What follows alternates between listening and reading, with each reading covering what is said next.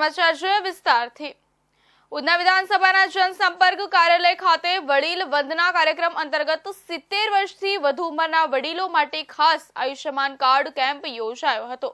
આ કેમ્પમાં 70 વર્ષથી વધુ વયના વરિષ્ઠ નાગરિકોના આયુષ્યમાન કાર્ડ બનાવીને તેમની આરોગ્ય સુવિધાઓને મજબૂત બનાવવાનો પ્રયાસ કરવામાં આવ્યો હતો।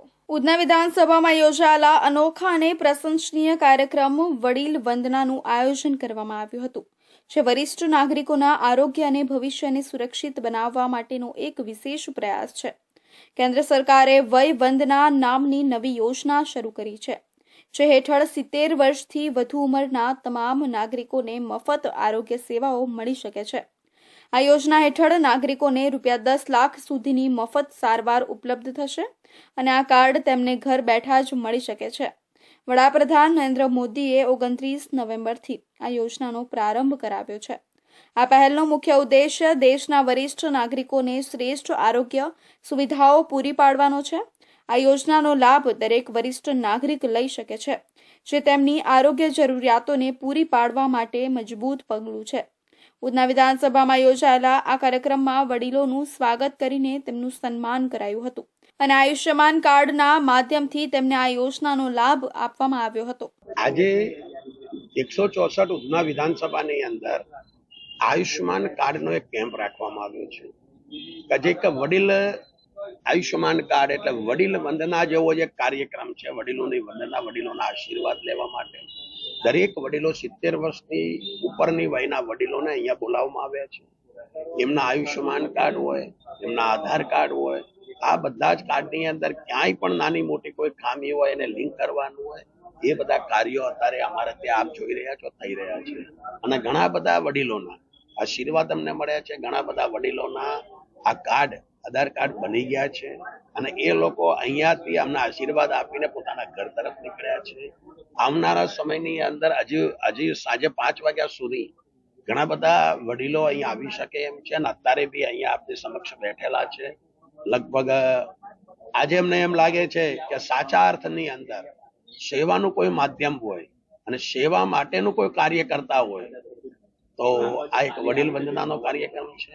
આની અંદર સૌ 70 વર્ષથી ઉપરના, હમણાં જ એક મારી જોડે વડીલ શ્રી આવ્યા હતા, મને કહે મારે 85 ઉંમર છે, ચાલી નહોતા શકતા, તેમ છતાં પણ એમને એમનું કાર્ડ જે હતું, એમના કાર્ડમાં ક્યાંય પણ નાની મોટી મુશ્કેલી હતી એને દૂર કરવા માટે એ જાતે સ્વયંભૂ અહીંયા આવ્યા હતા।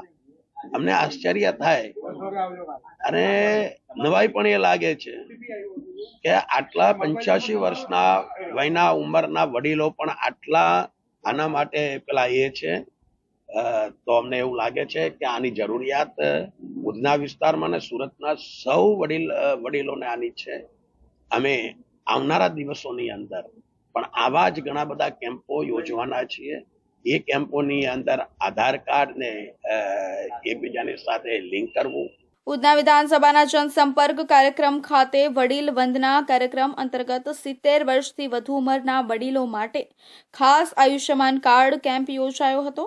આ કેમ્પમાં 70 વર્ષથી વધુ વયના વરિષ્ઠ નાગરિકોના આયુષ્યમાન કાર્ડ બનાવીને તેમની આરોગ્ય સુવિધાઓને મજબૂત બનાવવાનો પ્રયાસ કરવામાં આવ્યો હતો। બારડોલી ખાતે સદભાવના સંમેલનમાં ભાગ લેવા આવેલા ઉત્તરાખંડના કેબિનેટ મંત્રી અને માનવ ધર્મના પ્રણેતા સતપાલ મહારાજે બટેંગે તો કટેંગેના સૂત્રને લઈને જણાવ્યું હતું કે આ એક એકતાની વાત છે। એક રહીશું તો જ દુશ્મનોથી આપણી રક્ષા થશે। જે શક્તિ દેશનું વિઘટન ચાહે છે તેની સામે લડવા આપણે એક થવું પડશે।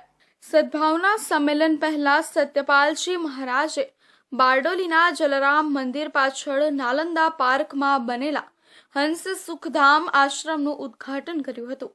ત્યારબાદ સદભાવના સંમેલન સ્થળે પત્રકાર પરિષદને સંબોધતા તેમણે જણાવ્યું કે સરદારની કર્મભૂમિ બારડોલીમાં આવીને તેમને આનંદ થયો છે। દેશમાં, રાજ્યમાં, ઘરમાં, પ્રાણીઓમાં સદભાવના પ્રગટે તે જરૂરી છે। ધર્મનો વિજય થાય અને અધર્મનો નાશ થાય એ જ અમારો મુખ્ય ઉદ્દેશ્ય છે। તેમણે વિશ્વના દેશમાં ચાલી રહેલી તણાવની સ્થિતિ અંગે વાત કરતા જણાવ્યું કે હાલ ત્રીજું વિશ્વયુદ્ધ નજીક દેખાઈ રહ્યું છે। યુક્રેન અને રશિયા હવે બેલેસ્ટિક મિસાઇલનો ઉપયોગ કરવા લાગ્યા છે। નેતાઓએ જ પોતાને રોકવું પડશે। યુદ્ધ વાતચીત કરીને પણ હલ થઈ શકે છે। તેમણે અમેરિકા યુદ્ધ રોકતું હતું, પણ હમણાં બાઇડનને મળેલા સમયમાં યુદ્ધનું ચિત્ર બદલાયું હોવાનું જણાવ્યું હતું. बारडोली आए हुए हैं, ये सरदार पटेल की कर्म भूमि है और इस भूमि में आकर के बड़ी प्रसन्नता हो रही है। यहाँ पर सद्भावना सम्मेलन हो रहा है जिसमें शरीक होने हम आए हुए हैं। देश के अंदर सद्भावना होनी चाहिए, घर में सद्भावना होनी चाहिए, राज्य में सद्भावना होनी चाहिए। हमारा ये कहना है कि धर्म की जय हो, अधर्म का नाश हो, प्राणियों में सद्भावना हो और विश्व का कल्याण हो। तो सद्भावना की जो स्पिरिचुअल शक्ति है, इससे हम चाहते हैं कि देश का भला हो, देश का विकास हो, यही हमारा कहना है। नहीं, वो तो एकता की बात कही गई, एकता में हम रहेंगे, क्योंकि ये कहा जाता है कि united we stand and divided we fall. तो उसी का अगर हिंदीकरण करेंगे तो जो आप कह रहे हैं वही है कि हम एक रहेंगे, यूनाइटेड रहेंगे तो हमारी रक्षा होगी, हम सब मिलकर के करेंगे। आपने देखा होगा जब पांडवों के काल में पांडव ये कहते हैं कि जब शत्रु आएगा तो हम 100 कौरव और 5 पांडव 105 मिलकर लड़ेंगे, तो दुश्मन से हम लड़ेंगे। तो जो भारी शक्तियां हैं जो देश का विघटन चाहती हैं, उनसे लड़ने के लिए देश के अंदर हम सबको एक होना पड़ेगा। नहीं, गुजरात का प्रशासन बहुत अच्छा है और यहाँ तो माननीय प्रधानमंत्री जी ने बहुत काम किया है और यहाँ लोगों को उनके काम का बहुत अनुभव है। क्षेत्र में बहुत विकास हुआ है, गांव-गांव में बहुत विकास हुआ है, तो बड़ी खुशी होती है देख करके, क्योंकि मैं गुजरात का मैंने काफी भ्रमण किया है, तो गुजरात का काफी विकास हुआ है और यहाँ के लोग विदेशों में भी गए हैं। तो आप देखेंगे हर देश के अंदर आपको गुजरात का आदमी जरूर मिलेगा। तो ये मैं समझता हूँ कि गुजरात का कंट्रीब्यूशन टू द वर्ल्ड है कि दुनिया के अंदर वो लोग अच्छा काम कर रहे हैं और दुनिया का विकास कर रहे हैं। नहीं, अभी तो थर्ड वर्ल्ड वॉर की संभावना बहुत नजदीक आ गई है, करीब आ गई है, और जिस प्रकार से ये बैलिस्टिक मिसाइल्स को यूज कर रहे हैं, पहले तो अमेरिका ने रोका था कि भाई ब्रिटेन की जो मिसाइल्स हैं, अमेरिका की जो मिसाइल्स हैं वो दागी ना जाएं, अब उन्होंने खुली छूट दे दी है और ये लगता है कि ये जो समय मिला है बाइडन को, इसके अंदर बहुत कुछ होने वाला है। તેમણે ગુજરાતના વિકાસની પ્રશંસા કરી હતી. ગુજરાતના લોકો દુનિયાના લગભગ તમામ દેશોમાં જઈને વસ્યા છે, એટલે ગુજરાતના લોકોનું યોગદાન સમગ્ર વિશ્વમાં રહેલું છે. દાદરા અને નગર હવેલી તથા દમણ અને દીવના સમગ્ર શિક્ષા વિભાગ દ્વારા 22 અને 23 નવેમ્બર 2024 રોજ કલા કેન્દ્ર સેલવાસના ઓડિટોરિયમ ખાતે સંઘ સ્તરીય કલા ઉત્સવનું આયોજન કરવામાં આવ્યું હતું. આ ઉત્સવમાં જિલ્લાવાર કલા ઉત્સવમાં પ્રથમ સ્થાને આવેલા ટીમોએ ભાગ લીધો હતો. દાદરા અને નગર હવેલી તથા દમણ અને દીવમાં યોજાયેલા એક અનોખા ઉત્સવની વાત કરીએ, જે કલા અને સંસ્કૃતિના ઉત્સવની ઉજવણી છે. દાદરા અને નગર હવેલી તથા દમણ દીવના સમગ્ર શિક્ષા વિભાગ દ્વારા 22 અને 23 નવેમ્બર 2024 રોજ કલા કેન્દ્ર સેલવાસના ઓડિટોરિયમ ખાતે સંઘ સ્તરીય લોક કલા ઉત્સવનું આયોજન કરવામાં આવ્યું હતું. આ ઉત્સવમાં જિલ્લાવાર કલા ઉત્સવમાં પ્રથમ સ્થાને આવેલા ટીમોએ ભાગ લીધો હતો. કાર્યક્રમની ભવ્ય શરૂઆત દીપ પ્રજ્વલન દ્વારા કરવામાં આવી હતી, જેમાં સહાયક શિક્ષા નિયામક શ્રી દિલાવર મંસૂરી, જિલ્લા શિક્ષા અધિકારી શ્રી બલવંત પાટીલ, શિક્ષા અધિકારી શ્રી ગૌરાંગ વોરા, શ્રી જયેશ ભંડારી અને શ્રી રાજેન્દ્ર મોહિલે હાજરી આપી હતી. ઉત્સવમાં ભાગ લેનાર વિદ્યાર્થીઓએ વિવિધ કળાત્મક શ્રેણીઓમાં ઉત્કૃષ્ટ પ્રદર્શન કર્યું, જેમાં સંગીત અને નાટક, જેમાં લાયન્સ ઇંગ્લિશ સ્કૂલ સેલવાસ સંગીત વાદન, નૃત્ય અને દ્રશ્ય કલા, એમાં જીવરાજ કા ઇન્ટરનેશનલ સ્કૂલ અને દાદરાનગર હવેલી પરંપરાગત કથા વંચન માં સરકારી ઉચ્ચતર માધ્યમિક શાળા કચ્છીગામ દમણ, આ તમામ વિજેતા ટીમોને ટ્રોફી અને પ્રમાણપત્ર સાથે સન્માનિત કરવામાં આવ્યા હતા. ખાસ દમણ, દીવ અને દાદરાનગર હવેલીના કલાકારો અને વિશેષ માનસિંહભાઈ, જે દીવના એક શિક્ષક જ નહીં પરંતુ એક કલાકાર, એક સાહિત્યકાર છે, તેમજ તિલાવર સાહેબ, જે સંગીત ક્ષેત્રે અનેરું નામ ધરાવે છે દીવ ડિસ્ટ્રિક્ટની અંદર. આ તમામ જે મહાનુભાવ શિક્ષકો, આ બધાની મહેનતથી આજે આ ફાઇનલ સ્ટેજ સુધી બધા પહોંચ્યા છે. અને આપણા ડીએનએસ અને ડીડીના બાળકોને લાભ મળ્યો છે. તો આ બાબતે હું તમામ શિક્ષકોને, એમના ગાઈડન્સ આપનારને, બાળકોને આ ફાઇનલ સ્ટેજ સુધી પહોંચવા માટે શુભેચ્છા પાઠવું છું અને આશા રાખું છું કે ત્રણેય આ યુટી લેવલની કોમ્પિટિશનમાં શ્રેષ્ઠ પ્રદર્શન કરીને નેશનલ લેવલ મુકામ પર વિશેષ પ્રદર્શન કરીને આપણું યુટીનું નામ રોશન કરે એવી શુભેચ્છા પાઠવું છું. ખાસ વાત એ છે કે જે વિદ્યાર્થીઓએ આ ઉત્સવમાં પ્રથમ સ્થાન મેળવ્યું છે તેઓ હવે જાન્યુઆરીમાં યોજનારા રાષ્ટ્રીય કલા ઉત્સવમાં ભાગ લેશે. વિદ્યાર્થીઓ માટે આ ઉત્સવ તેના કલા કૌશલ્ય પ્રદર્શિત કરવાની ઉત્તમ તક પુરવાર થયો છે. સમગ્ર શિક્ષા વિભાગની ટીમે આ ઉત્સવને સફળ બનાવવામાં મહત્વપૂર્ણ ભૂમિકા ભજવી છે. તો આ તરફ સુરતમાં ટ્રાફિક સમસ્યા હલ કરવા માટે આયોજન કરવામાં આવ્યું હતું. આમ પોલીસ કમિશનરે ટ્રાફિક સમસ્યા હલ કરવા આયોજનના ભાગરૂપે રસ્તા પર જ ટ્રાફિક સર્કલ નાના કરવા માટે આદેશ આપી દીધો હતો. સાથે જ બીઆરટીએસ રૂટ કાપવા અંગે પણ સૂચના આપી દીધી હતી. સુરતમાં ટ્રાફિકની સમસ્યા રોજે રોજ માથાનો દુખાવો બની રહી છે. મેટ્રોના કારણે રસ્તાઓ સાંકડા થઈ રહ્યા છે, ત્યારે સિગ્નલની પણ ભારે લમણાશીક છે. ત્યારે રસ્તા પર જ મોટા ભાગનો સમય પસાર કરતા લોકો ટ્રાફિકથી ત્રસ્ત છે. આવા સમયે લોકોની લાગણીઓને વાચા આપવા માટે સુરત પોલીસ કમિશનર રસ્તા પર ઉતર્યા હતા. તેઓ પાલિકા સહિતના અધિકારીઓ સાથે કારગિલ ચોક ખાતે પહોંચ્યા હતા. રોડ પર ઉતરેલા પોલીસ કમિશનરે લોકોની વાતો સાંભળી હતી, જેમાં લોકોએ સર્કલથી લઈને બીઆરટીએસ રૂટ સહિતના પ્રશ્નોની સાથે સાથે વગર કામના અને જોઈતા ટ્રાફિક સિગ્નલો અંગે પોતાની વાત રજૂ કરી હતી. જેથી પોલીસ કમિશનરે તમામ નાગરિકોની વાત સાંભળીને રસ્તા પર જ મીટિંગ યોજી હતી, જેમાં અધિકારીઓના રોડ પર જ ક્લાસ લેવાઈ ગયા હતા. પોલીસ કમિશનરે ટ્રાફિક સમસ્યા હલ કરવાના આયોજનના ભાગરૂપે રસ્તા પર જ ટ્રાફિક સર્કલ નાના કરવા માટે આદેશ આપી દીધો હતો. સાથે જ બીઆરટીએસ રૂટ કાપવા અંગે પણ સૂચના આપી દીધી હતી. પોલીસ કમિશનરના આદેશના પગલે સ્થળ પર જ હાજર પાલિકાની ટીમ દ્વારા તાત્કાલિક યુદ્ધના ધોરણે કામગીરી હાથ ધરી દેવામાં આવી હતી. હવે સમય છે એક વિરામનો.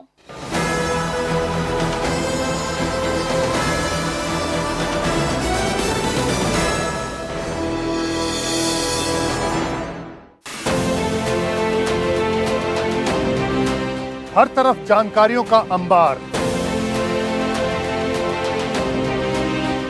लेकिन एक सच के पहलू हजार. खबर समझिए तोल मोल के, देखिए आंख कान खोल के.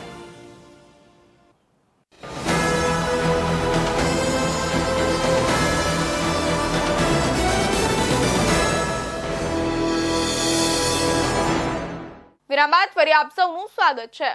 તો આ તરફ બારડોલી ધામડોદ રોડ પર ગેસ લાઇનમાં લીકેજ થતા નાસભાગ મચી ગઈ હતી. અજાણ્યા વ્યક્તિએ કચરો સળગાવી દેતા ગુજરાત ગેસની લાઇનમાં ભંગાણ પડ્યું હતું. સ્થળ પર દોડી ગયેલી ફાયર વિભાગની ટીમે પાણીનો મારો ચલાવી આગને કાબૂમાં લીધી હતી. ઉપરાંત ગુજરાત ગેસનો સ્ટાફ ઘટના સ્થળે ધસી આવી લાઇન બંધ કરવામાં આવી હતી.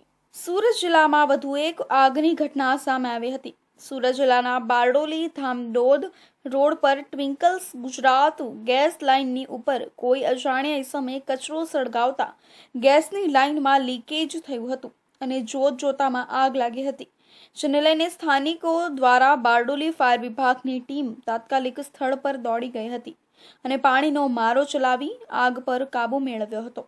આ gas line twinkle Gujarat gas કંપનીની હોવાનું સૂત્રો પાસેથી જાણવા મળ્યું હતું. ગેસ લાઇન લીકેજની ઘટનામાં સદનસીબે કોઈ જાનહાનિના સમાચાર ન મળતા સૌ કોઈએ રાહતનો શ્વાસ લીધો હતો. આમ નિયોલ વાંકાનેડા રોડ પર અંત્રોલી ગામની સીમમાં અંત્રોલી ગ્રામ પંચાયત વિસ્તારમાં ડેલી કચરા કલેક્શન કરતી એજન્સી દ્વારા કચરો એકત્રિત કરી ગ્રામ પંચાયતની ખુલ્લી જગ્યામાં 4 મહિના ચોમાસા દરમિયાન ઢગલો કર્યા બાદ આ કચરા નિયોલ વાંકાનેડા રોડ પર આવી ગયો છે.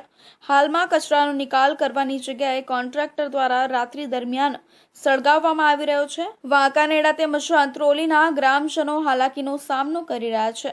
એજન્સી દ્વારા કચરાનો યોગ્ય નિકાલ ન થતો હોવા છતાં વહીવટીતંત્ર મૌન હોવાથી લોકોમાં ચર્ચાનો વિષય બન્યો છે. સુરતના સૈદપુરા વિસ્તારમાં ગેરકાયદેસર રીતે યુવક પશુ રાખતો હોવાની બાતમી મળતાની સાથે જ ઝોન 3 અને લાલગેટ પોલીસ દ્વારા રેડ પાડવામાં આવી હતી, જેમાં 10 થી વધુ પાડા મળી આવ્યા હતા. પોલીસે તપાસ કરતા યુવક દ્વારા પશુઓ રાખી શકાય તેના માટે મોટી વ્યવસ્થા કરી હતી, જેના પરથી શંકા થઈ રહી છે કે આ યુવક પશુઓને કતલખાને મોકલતો હશે કે કેમ. એની પોલીસે ઊંડાણપૂર્વકની તપાસ શરૂ કરી દીધી છે. લાલગેટ પોલીસ સ્ટેશન હદ વિસ્તારમાં આવતી ઇબ્રાહિમ મસ્જિદ પાસે કામિલ નામનો યુવક પશુ રાખતો હોવાનું જાણવા મળ્યું હતું. કામિલ આ પશુઓને બાંધી રાખતો હોવાનું જાણવા મળતા રેડ પાડવામાં આવી હતી. આ પાડા રાત્રિ દરમિયાન કતલખાને મોકલવામાં આવતો હોવાનો પોલીસની માહિતી મળી હતી. પોલીસે બાતમીના આધારે અલગ અલગ ટીમો બનાવી સૈયદપુરામાં તપાસ હાથ ધરી હતી. પોલીસે 10 વધુ પાડા સહિત અન્ય પશુઓને મુક્ત કરાવી પાંજરાપોળ મોકલવામાં આવ્યા હતા. મળેલી બાતમીના આધારે લાલગેટ પોલીસ સ્ટેશનના સ્ટાફ સાથે રેડ કરવામાં આવી હતી અને પશુ બાંધેલી હાલતમાં મળી આવ્યા છે. કામિલ નામના વ્યક્તિની અટકાયત કરી એનિમલ એક્ટ મુજબનો ગુનો નોંધવાની કાર્યવાહી હાથ ધરી છે. યુવકના કહેવા મુજબ પાડા પાડવામાં આવ્યા છે, પરંતુ તેમની પાસે કોઈ પણ પ્રકારનું રજિસ્ટ્રેશન સુરત મહાનગરપાલિકાનું ન હતું. તેમજ તેમની પાસે જે પશુ હતા તેમના ઉપર ટેગ પણ લગાવવામાં આવ્યો ન હતો, જેના પરથી સ્પષ્ટ થાય છે કે ગેરકાયદેસર રીતે રાખતો હતો. હવે આ પશુ ક્યાંથી લાવતો હતો અને કતલખાને મોકલતો હતો કે કેમ તેની ઊંડાણપૂર્વકની તપાસ કરવામાં આવશે. વલસાડમાં વીજ વિભાગની લાલિયાવાડીનો એક કિસ્સો પ્રકાશમાં આવ્યો છે, જ્યાં વલસાડમાં એક દરજીની દુકાનને અધધ 86 લાખનું બિલ ફટકાર્યું હતું. માત્ર નાની જગ્યા પર દરજીનું કામ કરતા દુકાનદારને 86 લાખનું બિલ હાથમાં આવતા જ આંખો ફાટી ગઈ હતી. વલસાડ શહેરના ચોર ગલ્લીમાં આવેલા ન્યૂ ફેશન ટેલર નામની એક દુકાન ચલાવતા દુકાનદારને રોજિંદા લાઇટ બિલ આવ્યું હતું. દુકાનદારે લાઇટ બિલ ચેક કરતા રકમનો આંકડો જોતા જ તેની આંખો ફાટી ગઈ હતી, કારણ કે આ નાની ખોલીમાં ચાલતી દુકાનનું લાઇટ બિલ 1000 કે 1500 ને બદલે 86 લાખ રૂપિયા હોવાનું દેખાયું હતું. આથી દુકાનદારને આશંકા જતા તેણે ઓનલાઈન પણ પોતાનું બિલ ચેક કર્યું હતું, જેમાં પણ 86 લાખ બતાવતા દુકાનદારે વીજ વિભાગને જાણ કરી હતી. ભૂલ ધ્યાને આવતા વીજ વિભાગની ટીમ તાત્કાલિક દુકાન પર પહોંચી હતી અને રીડિંગમાં ભૂલથી 1 0 વધી ગયો હોવાથી આટલા મોટું બિલ આવ્યું હોવાનું સ્વીકાર્યું હતું. આથી સ્થળ પર પહોંચીને ભૂલ સુધારી 86 લાખને બદલે 1540નું બિલ દુકાનદારને આપ્યું હતું. એ બિલિંગનો ઇસ્યુ હતું, એના માટે અમે પર્સનલ અહીંયા આવ્યા છે. શું ઇસ્યુ હતો? રીડિંગનો ઇસ્યુ હતું, મતલબ એમના માટે. અને કેટલું બિલ આવ્યું હતું અગાઉ? 86 લાખનું બિલ આવ્યું છે અમને. હા, અને રીડિંગ ઇસ્યુ હતું, એ રીડિંગ સોલ્વ કરી અને હાલમાં એમને રિવાઇઝ બિલ આપી દીધું છે. કેટલું આપ્યું? અત્યારે 1540 રૂપિયા બિલ આપ્યું છે એમને. એટલે ભૂલ કોની હતી? બિલ આમાં ટાઈપિંગ મતલબ એરર હતી, મીટર રીડરની. એમ મીટર રીડિંગ. હા. તો આ જે હવે ભૂલ સુધરી ગઈ? હા, રિવાઇઝ કરી નાખી છે મતલબમાં. અને ગ્રાહક પણ અહીંયા છે, એમને રિવાઇઝ બિલ આપી દીધું છે, મતલબ ગઈકાલે જ આપી દીધું છે. ઇસ્યુ છે એટલે કે આ 86 લાખનું બિલ હોઈ શકે ખરું? ના હોય ને, ના હોય. એટલે ગ્રાહકે પણ ધ્યાન આપ્યું ને પહેલાં મીટર રીડર પણ ધ્યાન નથી આપ્યું. એના શું ભૂલ થયેલી? રીડિંગની ભૂલ થઈ છે. રીડિંગની ભૂલ થઈ મતલબમાં રીડિંગ એન્ટ્રી કરવામાં. અત્યારે હાલમાં તમે જોઈ શકો છો અહીંયા 10102118 10 એક એક્સ્ટ્રા લખાઈ ગયું છે મતલબમાં. હા, 1 0 વધી ગયું. 10 વધારે લખાઈ ગયું છે. બિલ લાવ્યો ભાઈએ, મેં દુકાનમાં કામ કરતો હતો, મારા ત્યાં કાકા કામ કરતા હતા, તો એ બિલ પછી મને બતાવ્યો તો મેં જોઈને એવું લાગ્યો કે આટલા બધા બિલ કેવી રીતના આવી ગયા, કંઈ મિસ્ટેક થયેલા હોય તો હું સવારે ગયા જીબીમાં ને જીબી વાળા મારે તરત મને સુધાર કરીને આપી દીધા છે. કેટલું બિલ હતું ને હવે કેટલું આવ્યું? હવે 1540 આવ્યું અને પહેલા 86,41,540 હતા પહેલા. અચ્છા, આમ તમારી દુકાનમાં સામાન્ય કેટલું આવતું? એ 2000 થી 1500 રૂપિયા સુધી તક આવતા છે લાઇટ બિલ. કોઈ વાર 2000 આવી જાય, કોઈ વાર 1800 આવે, કોઈ વાર 2200 બી એવી રીતના જ આવે છે. આમાં ઘટનામાં વીજ વિભાગમાં ચાલતી લાલિયાવાડી અને બેદરકારીને કારણે નાના દુકાનદારને લાખોનું બિલ ફટકારવામાં આવતા વીજ વિભાગની કામગીરી પર અનેક સવાલો ઊભા થઈ રહ્યા છે. તો આ તરફ નર્સિંગનો અભ્યાસ કરાવતી માં કામલ સંસ્થાનો વિવાદ મામલો હવે વધુ ચગ્યો છે. આ ઇન્સ્ટિટ્યૂટમાં અભ્યાસ કરતા વિદ્યાર્થીઓના ભવિષ્યને લઈને પ્રશ્નો ઊભા થયા છે. વિદ્યાર્થીનીઓ પોલીસ કમિશનર કચેરી ખાતે પહોંચી હતી અને પોતાની રજૂઆત કરી હતી. સાથે જ સંસ્થા દ્વારા બેંગ્લોર લઈ જઈને થતી હેરાનગતિ અંગે પણ રજૂઆત કરવામાં આવી હતી. ગુજરાત સરકાર દ્વારા રાજ્યમાં ચાલતી માન્યતા વગરની માં કામલ સંસ્થાને ગેરલાયક ઠેરવી છે, જેથી આ ઇન્સ્ટિટ્યૂટમાં અભ્યાસ કરતા વિદ્યાર્થીઓના ભવિષ્યને લઈને પ્રશ્નો ઊભા થયા છે. વિદ્યાર્થીનીઓ પોલીસ કમિશનર ખાતે પહોંચી છે અને પોતાની રજૂઆત કરી હતી. સાથે જ સંસ્થા દ્વારા બેંગ્લોર લઈ જઈને થતી હેરાનગતિ અંગે પણ રજૂઆત કરી હતી. નર્સિંગનો અભ્યાસ કરાવતી માં કામલ સંસ્થાનો વિવાદ મામલો હવે વધુ ચગ્યો છે. સુરતમાં ચાલતી માં કામલ સંસ્થામાં અભ્યાસ કરતી વિદ્યાર્થીનીઓ સામે આવી હતી. સુરત પોલીસ કમિશનર કચેરી ખાતે રજૂઆત કરવા વિદ્યાર્થીનીઓ પહોંચી હતી અને માં કામલ સંસ્થા દ્વારા નર્સિંગનો અભ્યાસ કરાવાય છે. આમ પરીક્ષા આપવા બેંગ્લોર મોકલાય છે, જ્યાં તેમને હેરાન કરાતી હોવાનું કહ્યું હતું. ગુજરાત સરકાર દ્વારા આવી કોઈ રીતે એડમિશન અને અભ્યાસ કરાવતી સંસ્થાને માન્યતા આપવામાં આવી નથી. માં કામલ સંસ્થાની સુરત, વ્યારા અને રાજપીપળામાં ઇન્સ્ટિટ્યૂટ છે. રાજપીપળાની ઇન્સ્ટિટ્યૂટને ગુજરાત સરકારે માન્યતા વગરની ઠેરાવી છે. NSUI દ્વારા વિદ્યાર્થીઓ માટે લડત ચલાવવામાં આવશે તેમ જણાવવામાં આવ્યું હતું.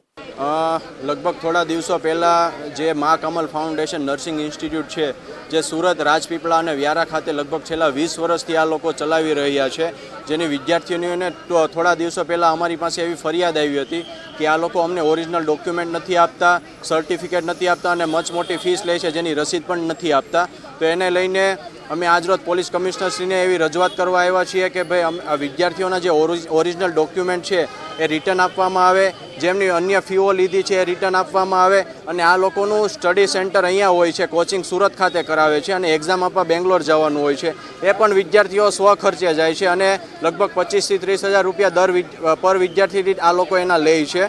એટલે અમારી રજૂઆત તો એવી જ છે કે વિદ્યાર્થીઓને જે હેરાનગતિ થઈ રહી છે એમાંથી એમને મુક્તિ આપવામાં આવે અને આ સંસ્થા વિરુદ્ધ કડકમાં કડક કાર્યવાહી કરવામાં આવે એવી અમે આજ રોજ પોલીસ કમિશનરશ્રીને રજૂઆત કરવાના છીએ. અમે જ્યારે એડમિશન લેવા ગયા ત્યારે અમને એવું જણાવવામાં આવ્યું કે આ ગવર્મેન્ટ રજિસ્ટર કોલેજ છે અને તમે અહીંયાથી કોર્સ કમ્પ્લીટ કરીને જશો એટલે તમને લીગલ ડોક્યુમેન્ટ્સ મળશે, સર્ટિફિકેટ મળશે, રિઝલ્ટ મળશે, બધું જ તમને મળી રહેશે. અને જ્યારે અમે લોકો ફર્સ્ટ ટાઈમ એક્ઝામ આપવા ગયા બેંગ્લોર, અમને એવું કહેવામાં આવ્યું હતું કે બેંગ્લોર, હૈદરાબાદ, કર્ણાટક અને બીડર એમ આટલી જગ્યાએ તમારો નંબર લાગી શકે, પણ અમારો બેંગ્લોરમાં નંબર લાગ્યો. બેંગ્લોરમાં અમને પ્રાઇમ ગ્રુપ ઇન્સ્ટિટ્યૂટમાં રાખવામાં આવ્યા અને ત્યાં ફક્ત ને ફક્ત 40 સ્ટુડન્ટને રહેવાની પરમિશન હતી. ત્યાં અમને 400 સ્ટુડન્ટને રાખ્યા. જ્યારે સ્કોડવાળા આવ્યા ત્યારે પાછળના રસ્તેથી અમને લઈ ગયા અને બંધ રૂમમાં અમને બંધ રાખ્યા હતા 2 કલાક માટે. અને જ્યારે અમે અમારી જ્યાં અમારો નંબર લાગ્યો હતો એ કોલેજ અમારી ઓરલ કરીને છે, ઓરલ નર્સિંગ કોલેજ. તો ત્યાં અમે ગયા એક્ઝામ આપવા માટે. અમને ત્યાંથી હોલ ટિકિટ પણ નથી આપવામાં આવી અને અમારી પાસે આઈડી કાર્ડના 150 રૂપિયા લીધા હતા. આઈડી કાર્ડ ફક્ત એક કાગળ આપ્યું હતું, જેમાં ફોટો પણ અમારે લગાવવાનો હતો, નામ જે તે બધું અમારે અંદર લખવાનું હતું. એવા આઈડી કાર્ડના અમારી પાસે 150 રૂપિયા લીધા અને અમને હોલ ટિકિટ પણ આપવામાં ન હતી આવી. એ અમને લાસ્ટ એક્ઝામ આપી, જેથી કરીને અમારી એક પણ એક્ઝામમાં હોલ ટિકિટની અંદર સહી થઈ નથી. સુરત પોલીસ કમિશનર કચેરી ખાતે માં કામલ સંસ્થામાં અભ્યાસ કરતી વિદ્યાર્થીનીઓ રજૂઆત કરવા પહોંચી હતી. આમ સુરતમાં માં કામલ સંસ્થા દ્વારા નર્સિંગનો અભ્યાસ કરાવાય છે અને પરીક્ષા આપવા બેંગ્લોર મોકલવામાં આવતું હતું. આમ ગુજરાત સરકાર દ્વારા આવી રીતે કોઈ એડમિશન અને અભ્યાસ કરાવતી સંસ્થાને માન્યતા આપવામાં આવી નથી અને માં કામલ સંસ્થાની સુરત, વ્યારા અને રાજપીપળામાં ઇન્સ્ટિટ્યૂટ છે. આમ રાજપીપળાની ઇન્સ્ટિટ્યૂટને ગુજરાત સરકારની માન્યતા વગરની ઠેરાવી છે. સુરતના કાપોદ્રા વિસ્તારમાં રાત્રિના સમયે સરા જાહેર એક યુવકની હત્યા નિપજાવી દેતા ચકચાર મચી છે. અજાણ્યા શખ્સોએ ચપ્પુના ઉપરા ચાપરી ઘા મારતા યુવક ઘટના સ્થળે જ ઢળી પડ્યો હતો. ઘટનાની જાણ થતાં પોલીસ કાફલો ઘટના સ્થળ પર પહોંચ્યો હતો અને આરોપીઓની શોધખોળ હાથ ધરી છે. પોલીસ દ્વારા મૃતકની ઓળખ કરી લેવામાં આવી છે, જો કે હજી હત્યા પાછળનું કારણ અકબંધ છે. સુરતના કાપોદ્રા વિસ્તારમાં મુરઘા કેન્દ્ર પાસે યુવકની હત્યા કરવાની ઘટના સામે આવતા ચકચાર મચી જવા પામ્યો છે. યુવકની તીક્ષ્ણ હથિયાર વડે હત્યા કરવામાં આવી છે. યુવકનો મૃતદેહ જાહેર સ્થળ ઉપર પડતા લોકોનું ટોળું એકત્રિત થઈ ગયું હતું અને યુવકનો મૃતદેહ લોહીલુહાણ હાલતમાં જોવા મળ્યો હતો. યુવકને આસપાસના વિસ્તારના લોકો જાણતા હતા. આમ ઘટનાની જાણ પોલીસને થતા પોલીસના ઉચ્ચ અધિકારીઓનો તપાસનો ધમધમાટ શરૂ કરાવ્યો છે. કયા કારણસર હત્યા થઈ છે તે અંગે હજી સુધી કોઈ માહિતી પ્રાપ્ત થઈ નથી અને યુવક પર કોઈ કારણસર ચપ્પુ વડે હુમલો કરવામાં આવ્યો હતો અને અજાણ્યા ઈસમો દ્વારા હુમલો કરવામાં આવ્યો હોવાની હાલ ચર્ચા ચાલી રહી છે. ચપ્પુ વડે યુવક ઉપર ઉપરા છાપરી ઘા કરતા ઋષિ ગુલાબચંદ પાંડે ઉર્ફ પંડિતનું મોત નીપજ્યું છે અને યુવક પર હુમલો કરી અજાણ્યા ઈસમો ફરાર થઈ ગયા છે. બનાવની જાણ થતાં કાપોદ્રા પોલીસ ઘટના સ્થળે પહોંચી ઘટના સ્થળે ઉચ્ચ અધિકારીઓ સહિત પોલીસનો કાફલો ઘટના સ્થળે પહોંચી ગયો હતો અને ગુનો દાખલ કરી તપાસ શરૂ કરી છે. અજાણ્યા ઈસમને શોધવા માટે સીસીટીવી ચેક કરવામાં આવી રહ્યા છે તેમજ આસપાસના લોકોના નિવેદનો લેવાના પણ શરૂ કરાયા છે. તો હતા અત્યાર સુધીના મહત્વના સમાચાર. નવા સમાચારો માટે જોતા રહેજો ન્યૂઝ ગુજરાત.